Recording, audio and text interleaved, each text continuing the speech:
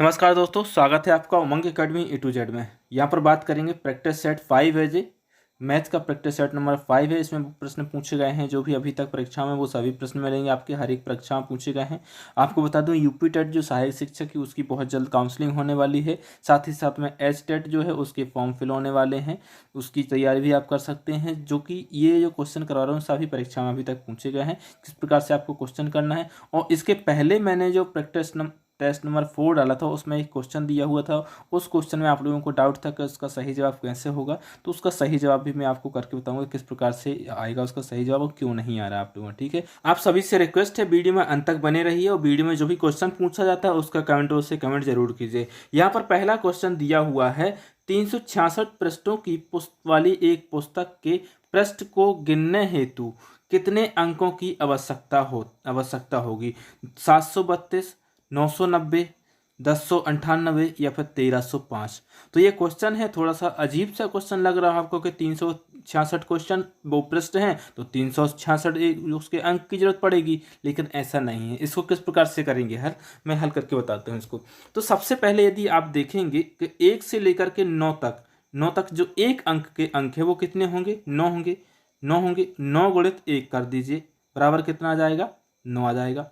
इसके बाद में आप 9 से छोड़ेंगे 10 से लेकर के 99 तक यदि आप देखेंगे 2 अंक के अंक मिलेंगे। ठीक है, 99 तक तो कुल जो है इसके अंक मिलेंगे, कितने मिलेंगे, 90 मिलेंगे, क्योंकि 9 इसके निकल जाएंगे, 90 मिलेंगे। और 100 जो है वो 3 अंक का है। ठीक है, तो 2 अंक वाले जो अंक होंगे वो कितने होंगे, 90 और गुणित में हो जाएगा आपका 2, बराबर क्या हो जाएगा, 9 दूनी 18, कितना हो जाएगा, 180 हो जाएगा। एक अंक वाले कितने हैं, 9 हो जाएंगे।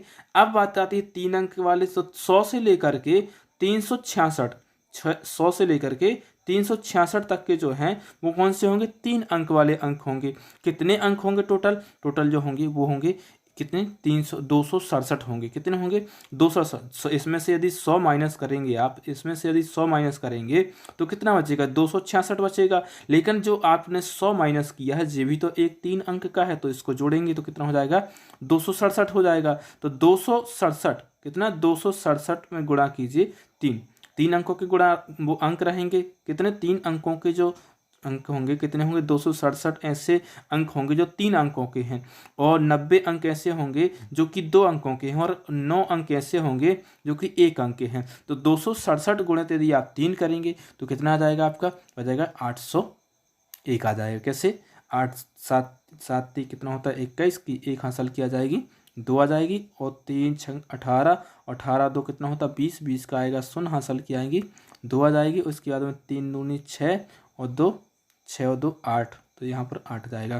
तो यहाँ पर देखा एक अंक के कुल कितने अंक है, 9 है, और 2 अंक के कुल अंक कितने हैं, 180 है, और इसके बाद में 3 अंक के जो हैं वो कितने हैं, 801 हैं। इनको यदि आप जोड़ेंगे तो 9 और 1 कितना हो जाएगा, 10, 10 का 0 हासिल की आएगी 1 है, 8 और 1 कितना हो जाएगा, 9 हो जाएगा, और 8 और 1 कितना हो जाएगा, 9 हो जाएगा। तो 990 कुल अंकों का उपयोग होगा यदि आपको 366 पृष्ठ वाली एक पुस्तक को गिनना है। ठीक है, इसका सही जवाब कौन सा हो जाएगा, वो होगा आपका दूसरा, इसका सही जवाब हो जाएगा। कौन सा, दूसरा ऑप्शन है इसका क्या हो जाएगा, सही हो जाएगा। नेक्स्ट क्वेश्चन है 231 और 596 को किस एक संख्या से गुणा करें कि दोनों गुणनफल बराबर हो जाएं। मतलब मैं ये दो संख्या हैं 231 596, किसी एक ऐसी संख्या से गुणा कीजिए जिनमें गुणनफल दोनों का बराबर हो जाए। 2 से करेंगे, 3 से करेंगे, या फिर 1 से करेंगे, या फिर 0 से। तो जब भी आपको इस प्रकार के क्वेश्चन मिले तो थोड़ा सा लॉजिक लगाना है आपको। जब आप 0 से किसी भी संख्या से गुणा करेंगे तो उसका आंसर कितना होगा, यदि इसमें 0 का गुणा करेंगे तो बराबर में कितना आ जाएगा, 0 आएगा। इसमें यदि 0 से गुणा करेंगे तो बराबर में कितना आ जाएगा, 0 आ जाएगा। ठीक है, तो 0 जो चौथा ऑप्शन जो है इसका क्या हो जाएगा, सही हो जाएगा। 0 एक ऐसी संख्या है जिससे यदि आप गुणा करेंगे तो हमेशा दोनों के ही मान क्या हो जाएंगे, बराबर हो जाएंगे। एक और क्वेश्चन देखते हैं। नेक्स्ट क्वेश्चन जो दिया है, किन्हीं दो परिमेय संख्याओं के बीच कोई परिमेय संख्या नहीं होती, केवल एक परिमेय संख्या होती है, अनंत परिमेय संख्या होती हैं, या फिर केवल एक परिमेय संख्या और कोई अपरिमेय संख्या नहीं होती है। ठीक है, तो इसका सही जवाब है क्या, तीसरा, अनंत परिमेय संख्या होती है। यदि आपने शिक्षा शास्त्र का वीडियो देखा होगा, आपने बाल विकास के वीडियो देखे होंगे, पहले से बने आ रहे होंगे चैनल पर, सभी वीडियो देखोगे तो बहुत आसान तरीके से जब भी आपको कि किसी क्वेश्चन के ऑप्शन में केवल शब्द मिल जाए तो वो हमेशा नेगेटिव शब्द, नेगेटिव वाला आंसर होते हैं, तो ये तो होगा नहीं। कोई परिमेय संख्या नहीं होती, ये भी इसमें क्या है, गलत ऑप्शन है। तीसरा ऑप्शन इसका क्या है, सही हो जाएगा। नेक्स्ट क्वेश्चन दिया हुआ है आपका 10 दहाई 11 सैकड़ा और 12 इकाई बराबर मान होगा। ठीक है, तो बहुत आसान क्वेश्चन है, आराम से बन जाए। 10 दहाई का मतलब क्या होता है, 10 दहाई का मतलब क्या होता है, 100 होता है। 10 दहाई मतलब 10 गुणे 10। 11 सैकड़ा मतलब क्या होता है, 1100। तो 1100 तो जे हैं और 100 जे हो जाएंगे, तो कितना हो जाएगा, 1200 हो जाएगा। और 1200 में आपको जोड़ना है 12 इकाई, तो कितना हो जाएगा, 1212। इसका क्या हो जाएगा, सही जवाब हो जाएगा, जो कि चौथा ऑप्शन क्या है, सही है, 1212। नेक्स्ट क्वेश्चन देखते हैं। नेक्स्ट क्वेश्चन क्या दिया हुआ है, 3001 इंटू 101 में से क्या घटाया जाए जिससे कि 300311 प्राप्त हो। यानी कि ये जो संख्या दी है इसमें इनको गुणा करने से क्या घटाया जाए ताकि ये संख्या प्राप्त हो। तो इसको करने के लिए क्या करना है, इन दोनों संख्याओं का गुणा कर दीजिए, उसमें से ये घटा दीजिए। यदि इन दोनों संख्याओं को आप गुणा करेंगे तो इन दोनों संख्याओं के गुणा करने से आपको जो संख्या प्राप्त होगी वो कितनी प्राप्त होगी, 30 31 01 ये संख्या प्राप्त होगी। अब इसमें से आपको ये संख्या घटा देनी है तो आपका आंसर आ जाएगा। और जो आपका आंसर जो आएगा वो आपका आंसर जो होगा पहला ऑप्शन क्या हो जाएगा इसका, सही 2790 आपको घटाना होगा। करके देख लीजिए, यदि नहीं आता है तो कमेंट बॉक्स में कीजिए। तो नेक्स्ट वीडियो में इसको आपको गुणा करना होगा। आपको देखो प्रैक्टिस सेट कराने का मतलब ये है कि आप लोगों की प्रैक्टिस बनी रहे और कैलकुलेशन जो है आपकी फास्ट होती रहे। और कुछ क्वेश्चन ऐसे होते हैं जो थ्योरेटिकल होते हैं जिनमें आपको कॉन्सेप्ट समझना होता है, जो कि कॉन्सेप्ट में आपको बताऊंगा। नेक्स्ट क्वेश्चन दिया हुआ आपका 3010 को 43 से भाग करने पर भागफल है। तो क्या भागफल होगा, इसको करने के लिए बहुत आसान तरीका है कि आपको देखो सबसे पहले यहाँ पर कॉमन चीज दिख रही हो कि कोई भी संख्या में, हर एक संख्या में शुरुआत में 7 है, यानी कि 43 यदि आप भाग करेंगे तो 7 बार जाएगा आपका भाग। ठीक है, और 7 बार यदि आप इसको 7 में गुणा करेंगे, 43 का यदि 7 में गुणा करेंगे तो 301 मान प्राप्त होगा। यानी कि 301 लाने के लिए आपको 7 बार गुणा करना होगा। तो यदि 7 बार जाएगा, पहली बार यदि 7 बार जाएगा, कितनी बार जाएगा, 7 बार जाएगा। ठीक है, 7 बार गया तो कितना आएगा, 301 आ गया, तो कट गया। इसके बाद में 0 नीचे आ जाएगा, 0 नीचे आ जाएगा, फिर 0 में भाग जाएगा नहीं 43 को, तो आप यहाँ पर एक क्या कर दीजिए, 0 रख लीजिए। इसके बाद में 3 आप नीचे उतार लीजिए, फिर भी भाग नहीं जाएगा, तो आप क्या करेंगे, एक और 0 रख लेंगे। इसके बाद फिर आपका नहीं जा रहा तो यहाँ पर क्या करेंगे, आप 0 उतार लेंगे, ये वाला 0 उतार लिया, ये 3 उतार लिया, ये 0 उतार लिया। ठीक है, अब यहाँ पर 0 रख लिया, फिर भी भाग नहीं जा रहा तो फिर एक और आप 0 रखेंगे। इसके बाद में आप क्या करेंगे, एक और उतार लेंगे जो यहाँ पर दिया हुआ। ठीक है, अब इसके बाद में 7 बार भाग चला जाएगा, जो कि यहाँ पर आपने 7 बार दिया तो पूरा का पूरा 301 कट जाएगा। अब 7000 जो कि दूसरा ही ऑप्शन इसका क्या है, सही है, जो कि 70007 इसका सही आंसर होगा। ठीक है, ये भागफल प्राप्त होगा 43 से भाग करने पर। नेक्स्ट क्वेश्चन दिया हुआ है, कितना दिया हुआ है, 3488 को 12 से भाग करने पर प्राप्त शेषफल और 2478 को 11 से भाग देने पर प्राप्त शेषफल में अंतर क्या है। ठीक है, तो इन दोनों संख्याओं को यदि आपको भाग देना, तो बहुत बेसिक सी बिल्कुल ओल्ड मेथड से यदि आप करेंगे तो भी आपका आसानी से इसका सही जवाब होगा। तो इसका क्या करना है आपको, 12 के यदि आप भाग करेंगे तो उसमें से कितना जो शेषफल बचेगा उसको छांट लीजिए। उसके बाद में जो 2478 में 11 का भाग दे दी, इसमें से जो शेषफल बचेगा इसको कर लीजिए। इसके बाद दोनों का अंतर, 12 दूनी 24, 12 दूनी कितना होता है, 24 होता है, 12 दूनी होता है कितना, 24 होता है। तो 12 दूनी 24, इसके बाद में बचेगा यहाँ पर 10, कितना, इसके बाद में हो जाएगा कितना, 8 होता। तो 12 12 12 अट्ठे 96, 12 अट्ठे 96, 12 निन्या 108, तो यहाँ पर 9 बार चला गया। इसके बाद 108, इसके बाद में क्या बचा, यहाँ पर सिर्फ बचा क्या, 8।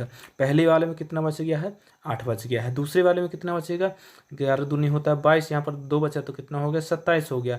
इसके बाद में 11 दूनी होता है 22, इसके बाद में कितना, 22 5 7 5 बचेगा, तो यहाँ पर कितना हो जाएगा, 5 हो जाएगा, कितना 58 हो जाएगा। 11 5 कितना होता है, 55 होता है। यहाँ पर बचेगा 3 बचेगा शेषफल, तो 8 में -3 कर दीजिए, तो 8 में से 3 जाएगा तो कितना बचेगा, बराबर में बचेगा आपका 5, जो कि पहला ऑप्शन क्या हो जाएगा, इसका सही हो जाएगा।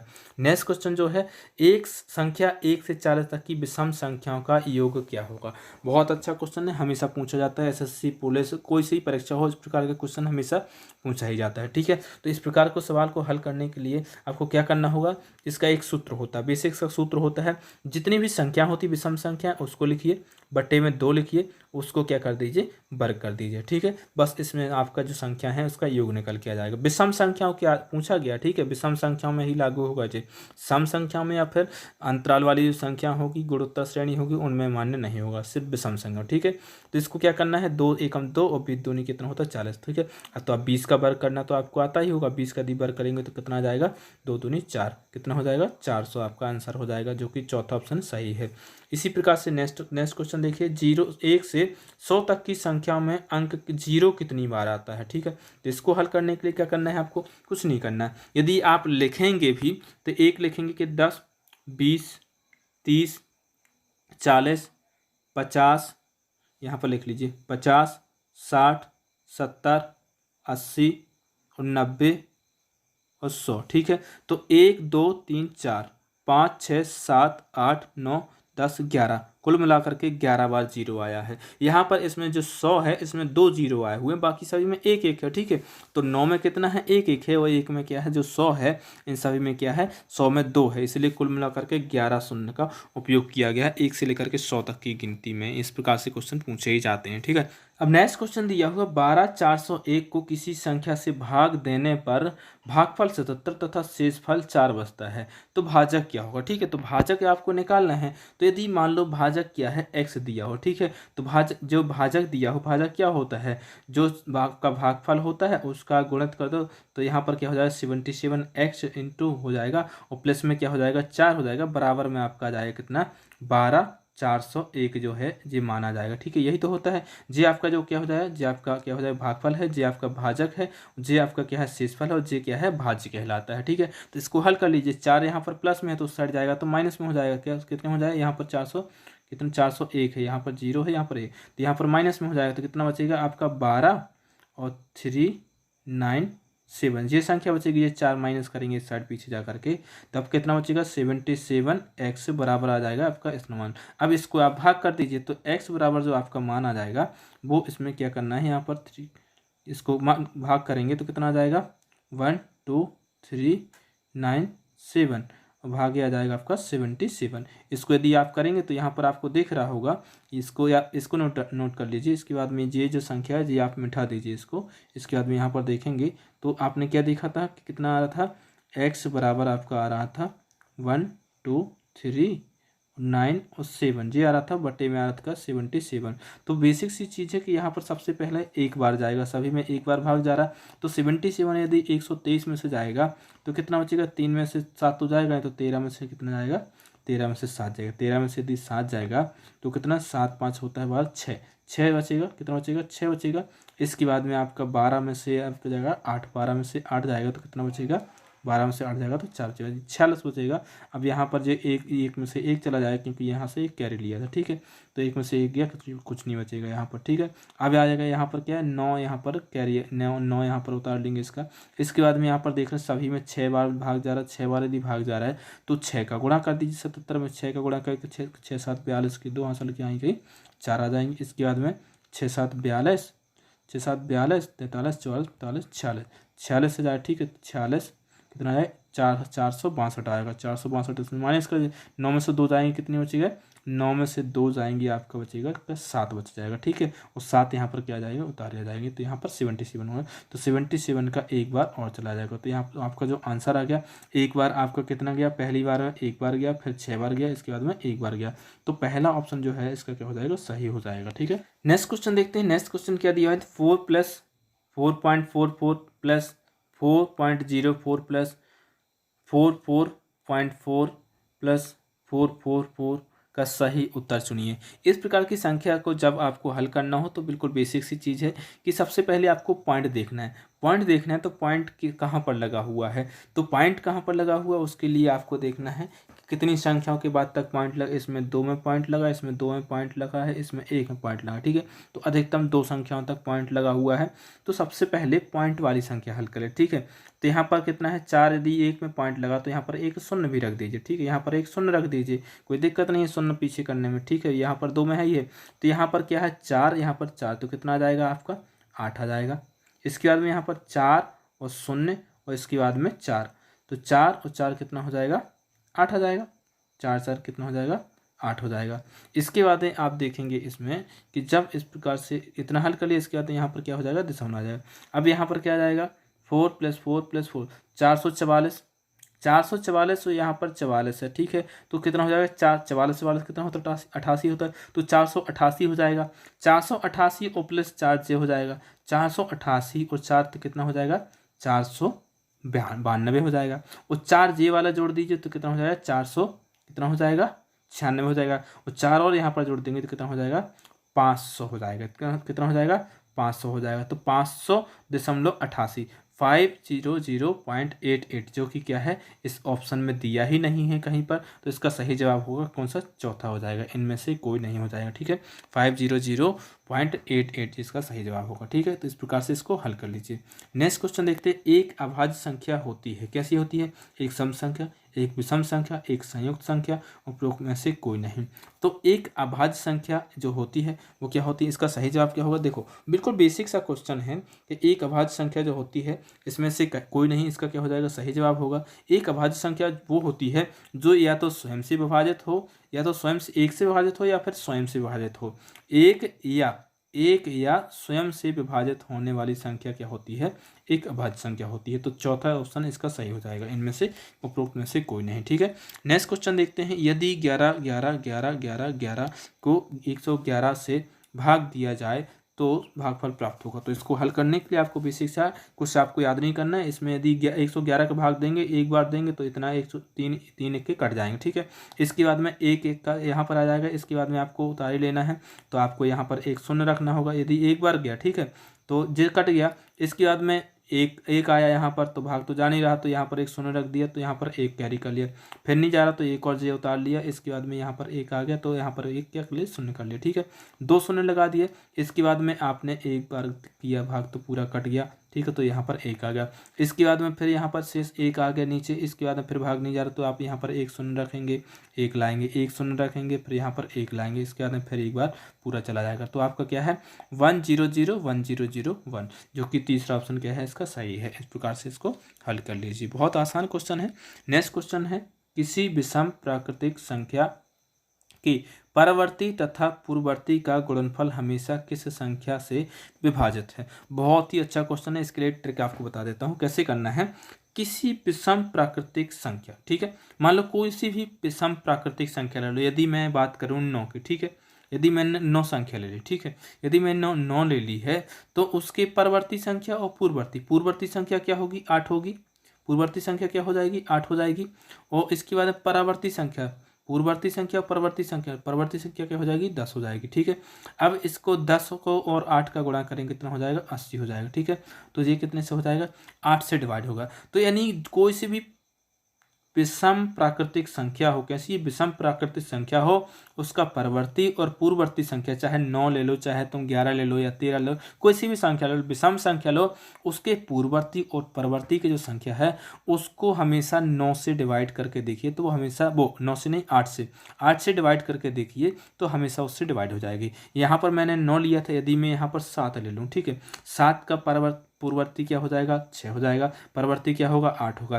तो 8 छंग कितना होता है, 48 होता है, 48 होता है, जो कि क्या है, 8 से डिवाइड होता है, ठीक है। यदि मैं बात करूं यहाँ पर मैं और छोटी संख्या ले लूं, यदि मैं संख्या ले ली कौन सी, यदि मैंने संख्या ले ली है यहाँ पर क्या ली है, 7 ली थी। यदि मैं कहूँ कि 5 ले ली है, ठीक है, 5 ले ली है, तो यदि 5 के परावर्ती जो संख्या होगी वो कौन सी होगी, 6 होगी।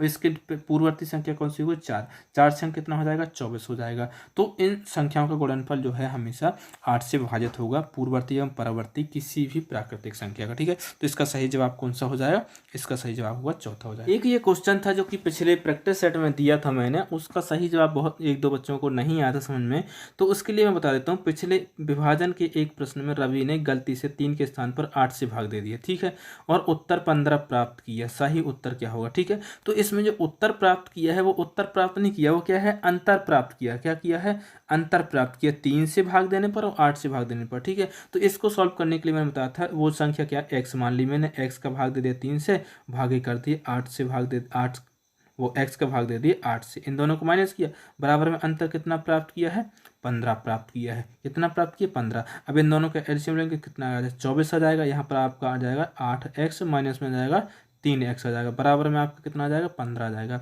अब यहाँ पर बराबर के उस साइड 15 के उस साइड जाएगा तो 24 यहाँ पर काय में आ जाएगा, गुणित में आ जाएगा, और बटे में आ जाएगा 3, 8x में से 3x जाएगा तो बचेगा 5 बचेगा, और x बराबर आपका आ जाएगा ये, तो 5 एकम 5 और 5 × 15, ठीक है। तो x बराबर आपका कितना आ जाएगा 72 आ जाएगा, ठीक है, संख्या 72 आ जाएगी। लेकिन सही उत्तर क्या होगा, सही उत्तर होगा 72 में से आप ये जो 72 है इसमें आप 3 का भाग दे दीजिए, तो 72 में यदि आप 3 का भाग देंगे, 72 भागे 3 करेंगे तो आपको आंसर मिलेगा कितना 24 मिलेगा। तो पहला ऑप्शन क्या है, इस प्रकार से इसका सही हो जाएगा, 24 का सही जवाब होगा, ठीक है। आई होप आप सभी को क्वेश्चन जो है समझ में आए होंगे। वीडियो पसंद आया होगा तो वीडियो पसंद आया है तो वीडियो को लाइक जरूर कर दें, और यदि चैनल को सब्सक्राइब नहीं किया तो सब्सक्राइब कर लें, साथ ही साथ उसका बेल आइकन है उसको प्रेस कर लें, ताकि जैसे वीडियो डलती है उसका नोटिफिकेशन आपको मिल जाएगा, ठीक है। तो प्रैक्टिस बनाए रहिए, चाहे आप हरियाणा टेट की तैयारी करें, यूपी टेट की तैयारी करें, या फिर बिहार टेट की, एमपी टेट की, कोई सी भी टेट की तैयारी करें, उसके लिए परफेक्ट क्वेश्चन है जो कि अभी तक पूछे गए हैं, वही सब क्वेश्चन मैं करवा रहा हूँ आप सभी के लिए, ठीक है। मिलते हैं एक नई वीडियो में, तब तक के लिए नमस्कार।